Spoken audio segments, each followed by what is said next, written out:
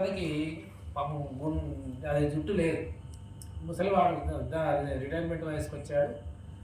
నడుచుకుంటూ వెళ్తున్నాడు. కొంచెం దూరం బాగా రాగానే ఎండ వచ్చేసరికి ఒక మర్రి చెట్టు కనబడింది. నీడ ఉంది కదా అని అక్కడ పండుకున్నాడట. పండుకున్న వాళ్ళు చూసి పైకి చూసి అనుకున్నాడట, అబ్బాయి ఇంత మర్రి చెట్టు బాగుంది, చాలా బాగుంది.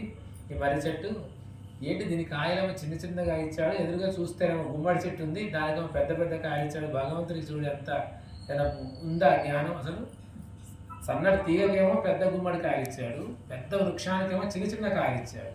అలా చేస్తారా అని చెప్పేసి ఇట్లా లేచి కూర్చున్నాడట. ఇది తప్పు కదా, భగవంతుడికి కొంచెం కూడా బుర్రలేదు, చేసేవాడు సరి చేయాలి కదా అని చెప్పేసి అట్లా కూర్చోగానే ఒక మరింత కాయ గాలికి ఊడి తన గుండు నెత్తిగా పడిందట.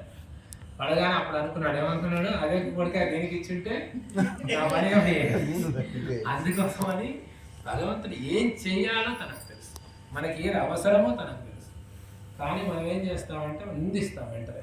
భగవంతుడు ఎప్పుడు మాట తప్పడు, ఏది చెయ్యాలో ఎప్పుడు ఏ విధంగా చేయాలో అది చేస్తాడు. కానీ మనం ఏమనుకుంటామంటే మన బాధ భగవంతుడు తెలియట్లేదు.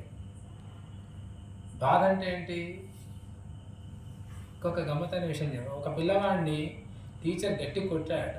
కొట్టగానే ఆ పిల్లవాడు ఏమన్నాడంటే, కొడితే ఏమైందంటే నొప్పి లేస్తుంది సార్ అన్నాడట. నొప్పి అంటే ఏంటిరా అన్నట. బాధ సార్ అన్నాడట. బాధ అంటే ఏంటిరా అన్నాడట. అంటే ఒకసారి మళ్ళీ మీరు దెబ్బలు తింటే తెలుస్తుంది సార్ అన్నాడట.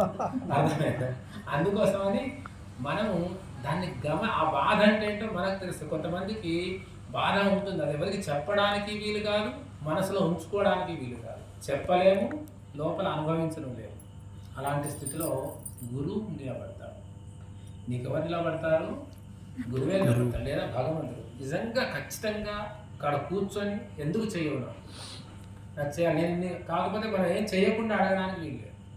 మన కర్మ పోవాలంటే చేయాల్సిందే తప్పకుండా. మనం ఏది చేయాలి, మన దగ్గర డబ్బు లేదు, సేవ చేయాలి. సేవ లేదు, ధనం ఉంది, ఆరోగ్యం మనం చేయలేము, ధనం పెట్టాలి.